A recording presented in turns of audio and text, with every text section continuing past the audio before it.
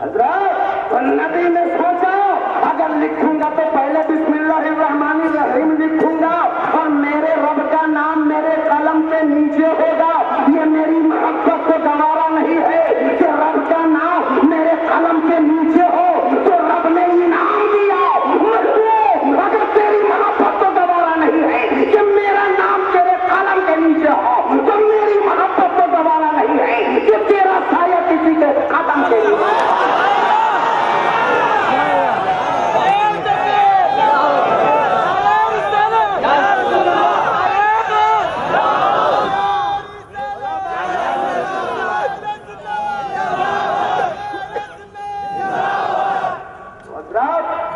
نبی کو رب سے بے پناہ سدرۃ المنتہا، یہ چاہتا ہے دیر تک پائے ناز مصطفیٰ میرے سینے پہ رہے، وہ اوپر کی طرف بڑھتا جا رہا ہے، اٹھتا جا رہا ہے، اس کے نبی میں اوپر کی طرف اٹھ رہا ہے اور عرش اعظم مچل کر نیچے لپٹ رہا کہ کب جلدی نبی کا پائے ناز اپنے سینے پہ لے لو۔ اور جبریل کھڑے دیکھ رہے، حیرت بھرے انداز میں دیکھ رہے۔ اعلیٰ حضرت نے ایک شعر میں اس مسئلہ کو یوں سمجھایا، یا رسول اللہ بطور صدا سما یہ بڑھاؤ، یہ سدرہ اٹھاؤ، عرش جھکاؤ، صفوف سما نے سجدہ کیا، وہی جو عطاؤ تمہارے لیے۔ تو میرے آقا سدرہ سے آگے بڑھ گئے، لامقام گئے، راز و نیاز کی باتیں ہو رہی ہے، تو دوری کتنی تھی، اس دوری کو کون بتائے؟ جبریل سے پوچھا، جبریل کیا دامن چھپا لیے، کیا دامن چھوڑا لیا کہ میں تو سدرہ پہ رک گیا، آگے بڑھتا بالوں پر چل جاتا، آگے نہیں جا سکا۔ پھر کس سے پوچھوں؟ کرامن کاتبین کو پکڑا، تو بتا ہر آدمی کا نام اعمال لکھتے ہو، خلوت سے جل وقت تک کہیں پیچھا نہیں چھوڑتے، ہر وقت ساتھ، تو میرے نبی کا بھی ساتھ نہیں چھوڑا ہوگا، ذرا تو ہی بتا۔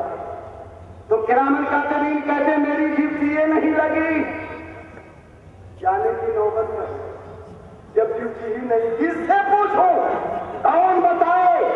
میں نے قرآن سے پوچھا، ہے قرآن تو خدا کا کلام ہے، تو بتاؤ میرا نبی خدا سے کتنا قریب ہوئے؟ تو قرآن کہتا ہے قربت پوچھتے ہو، دنا فتح اللہ فقان قاب قوسین او ادنا، کہ نبی خدا سے اتنا قریب ہوئے جتنا تیر کمان سے قریب ہوتا ہے، او ادنا، بلکہ اس سے بھی زیادہ۔ تو تیر کمان کی قربت تو ہم سمجھ گئے، او ادنا کی حیثیت اور حقیقت کیا تھی اسے خدا جانے، خدا کا رسول۔ او ادنا کی حقیقت کو جانے ہے نا، تنافت اللہ قاب قوسین کو تو جان گیا کہ جتنا تیر کمان سے قریب ہوتا ہے اتنا نبی خدا سے قریب ہوئے۔ اگر تھوڑی سی اور باریکی میں اتر جائیے تو اس اسٹیج پر علماء کرام کا مجمع ہے، یہ سب ذمہ دار علماء ہے، اس میں پیر طریقت رہبر راہ شریعت بھی ہیں، جن کے چہرے کی زیارت سے آپ مستفید ہو رہے ہیں۔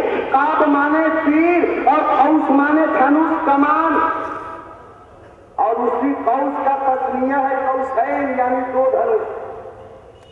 بس منیارے قابہ قوسین میں، قاب مانے تیر، قوس مانے کمان، اور قوسین مانے دو کمان۔ اب قرآن کی آیت ملائیے، جتنا ایک تیر دو کمان سے قریب ہوتا ہے اتنا نبی خدا سے قریب ہوئے۔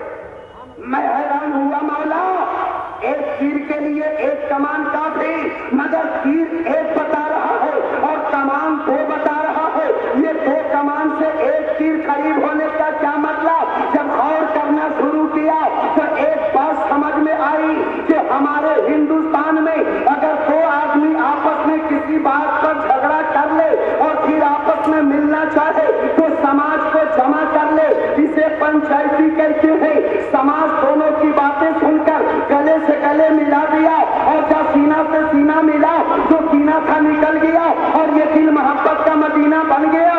یہ ہندوستان کا رسم و رواج ہے، عرب کا بھی ایک رواج تھا۔ عرب میں اگر دو سردار آپس میں لڑ جاتے اور پھر کچھ دنوں کے بعد دونوں ملنا چاہتے تو سماج کے لوگوں کو جمع کر कमान लेकर आते, अब 2 कमान हो गए, एक तीर साझे में लिया जाता और दोनों कमान को एक जगह मिलाकर दोनों कमान से एक तीर फेंक कर पूरे समाज को दिखा दिया जाता। ए समाज वाले आज गौर से देख लो, कमान 2 है और दोनों कमान से तीर एक निकल रहा है। इसका मतलब ये हुआ कि हम दोनों 2 है मगर हम दोनों की बात एक होगी, हम दोनों की जुबान 2 है मगर बात एक होगी, हम दोनों का दिमाग 2 है मगर सोच एक होगी, हम दोनों का दिल 2 है मगर ख्याल एक होंगे। रब्बे कदीर जब अपने महबूब को अपनी बारगाह में बुलाया है तो मेरे महबूब के लिए रब ने भी ऐलान किया, ए दुनिया वालों, तुम अपने इत्तेहाद और इत्तेफाक का ऐलान जो कमान और तीर से करते हो, आज उसी कमान और तीर को तो भी समझ लो कि साथ तो 2 है मगर बात एक होगी। एक खुदा की जात है, एक मुस्तफा की जात है, साथ तो है बात एक होगी। कुरान खुदा का होगा, जुबान मुस्तफा की होगी।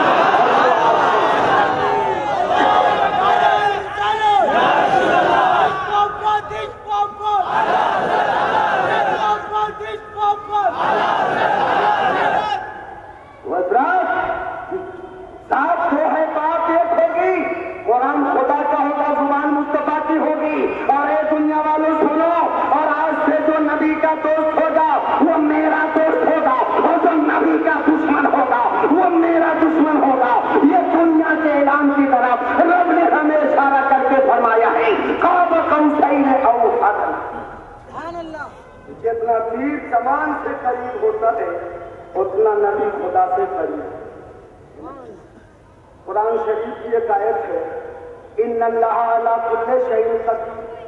अक्सर और बेशतर आदमी जानते हैं ना, इन्नल्लाह अला कुल्लि शैइन कदीर। और हमारा ईमान भी है, बेशक अल्लाह हर उस शय पर कादिर है जो उसकी शान के लायक है ना। खुलासा कलाम क्या है कि रब हर शय पे कादिर है। अब मैं सोचने लगा, देखा इस दुनिया में कुछ डायरेक्ट वाले हैं, कुछ इनडायरेक्ट वाले ये है ना। अब इस आयत पर आकर दोनों भिड़ गए। डायरेक्ट वाले का खुदा हर शय पे कादिर है, जो लेना है खुदा से लो, जो देता है रब देता है। मेरा भी तो अकीदा यही है, बेशक मिलता है रब के रहमत के खजीने से मगर वो बढ़ता है मेरे मुस्तफा के मदीने से। ये रेलवे पटरियां आपने देखा है, मैं चला उत्तर प्रदेश जिला गोंडा से और पहुंचा आपके हैदराबाद। पटरी यहाँ से वहां तक पीछे की कहीं छूटा हुआ नहीं है ना। और पूरी पटरी पर यहाँ से वहां हर जगह ट्रेन चलती है। ये ट्रेन चलती तो हर जगह है मगर मिलती हर जगह नहीं है। मिलेगी वही जहाँ स्टेशन बना है, अगर हाईवे स्टेशन जाओ नहीं मिल पाएगा। रब की रहमत हर जगह है मगर मिलता वहीं से है जहाँ से बनता। हर जगह नहीं।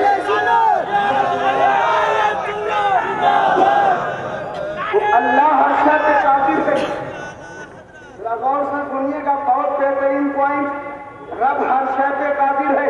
मैं सोचने लगा, ए मौला तू कादिर है मैं मकदूर हूँ, तू राज़िक है मैं मरज़ूक हूँ, तू खालिक है मैं मखलूक हूँ, तू माबूद है मैं आबिद हूँ। ए मौला तू मालिक है मैं ममलूक हूँ, देता तू है लेता मैं हूँ, देने वाला तू और लेने वाला मैं, बीच में नबी की जरूरत क्यों? बहुत जबरदस्त। डायरेक्ट और इनडायरेक्ट का मसला हल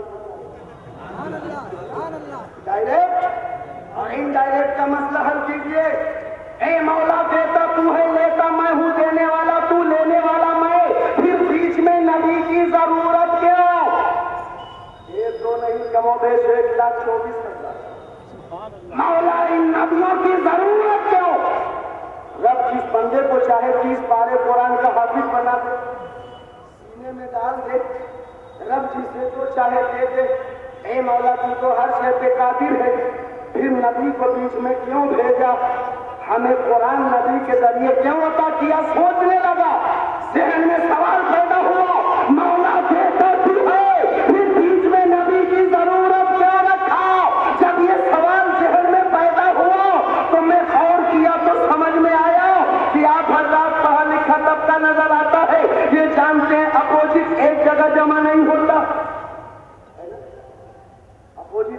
मिलेगा नहीं रहेगा। और उलमाए किराम की जानिब से उलमाए किराम मंतकी होते, मंतकियों का कायदा है इस्तेमाल से तैन मुहाल है। और आपकी जुबान में वकालत कर दूं तो अपनी जुबान में समझिए, दो दुश्मन पर एक वक्त एक जगह नहीं रहता। बात समझ में आ रही है? दो दुश्मन एक वक्त एक साथ एक जगह नहीं रहता। जैसे रात दिन का दुश्मन है और दिन रात का दुश्मन है। रात चाहती है दिन के उजाले पर काली चादर डाल के अंधेरे में बदल दूं, और रात दिन चाहता है रात की काली चादर फाड़ कर उजाला फैला दूं। दोनों में दुश्मनी है। अभी अभी इस वक्त जबकि वक्त रात के 1 बजने वाले हैं, रात और दिन दोनों एक साथ अभी नहीं हो सकते। होगा अगर रात है तो दिन नहीं, और दिन मान लिया जाए तो रात नहीं, दोनों में एक ही होगा। और करीब होकर ध्यान और हाजिर कीजिए, आग और पानी एक बर्तन में एक लगन लीजिए, और उस एक बर्तन में आग भी हो और पानी भी, क्या दोनों एक साथ रहेगा? अगर कोई शख्स ऐसा करे, एक बर्तन में आग भी रख दे उसी में पानी, तो क्या होगा? बता दीजिएगा दोस्त। एक बर्तन में आग भी रखा उसी में पानी भी डाल दे तो क्या होगा? आग बुझ जाएगी। ये तो आपने कहा कि आम तौर से जो तजर्बा है, तजर्बे की बात आपने कह दिया, लेकिन ग्रामर और कायदे की बात आपने नहीं कहा। ये तरफदारी हो गई। हर चीज के लिए ग्रामर है, हर चीज के लिए कायदा कानून है, तो दुश्मनी के लिए भी ग्रामर है। दुश्मनी का ग्रामर यह है कि दो दुश्मन जब आपस में टकराएगा, दोनों दुश्मन में जो ताकतवर पड़ेगा, कमजोर दुश्मन का वजूद मिटा देगा। बड़ा सा बर्तन है, उसमें आग भर के रख दिया, और एक पर एक गिलास या जग में पानी लेकर उस आग पे डाला, पानी झन से उड़ गया। अब तलाश कीजिए पानी है कहाँ? पहले गर्म थी, अब हो गई ठंडी। आग कहाँ गई? तलाश करो, नहीं मिलेगी। दो दुश्मन का टकराव होगा, दोनों दुश्मन में जो ताकतवर पड़ेगा, कमजोर दुश्मन का वजूद मिटा देगा। मगर पानी अपने आप को यही सोचा, हमें जो भी मिलना है, जो फैज मिलेगा आग से मिलेगा। पानी ने सोचा हमें जो भी फैज मिलेगा आग से मिलेगा, और फैज लेने के लिए जब तक करीब जाएंगे नहीं, फैज मिलेगा नहीं। अगर अपनी जगह पर अकड़ा रहे तो फैज नहीं मिल सकता। एक चराग इधर जला दो और एक चराग इधर, एक चराग बुझ जाए और एक चलता रहे। बुझे हुए चराग को अगर चलना है तो उसे अपनी जगह से चलना होगा। अब वहीं पर सीधा ताने रह गया तो नहीं चल सकता, चलेगा, चलना पड़ेगा। कहाँ? जो चराग जल रहा है उसकी खिदमत में जाना होगा। और वहां भी जाकर अगर अटक जाए फिर भी नहीं चल सकता, उसे सर झुकाना होगा। जब सर झुका देगा चल जाए, सिर्फ अटक जाए तो न चलेगा।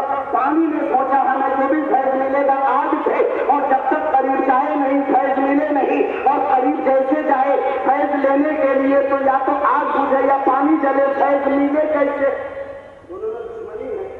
जब तक करीब जाएगा नहीं मिलेगा नहीं, और करीब जाए तो इख्तिलाफ हो जाए, या तो आग बुझ जाए या पानी जल जाए, मिले कैसे?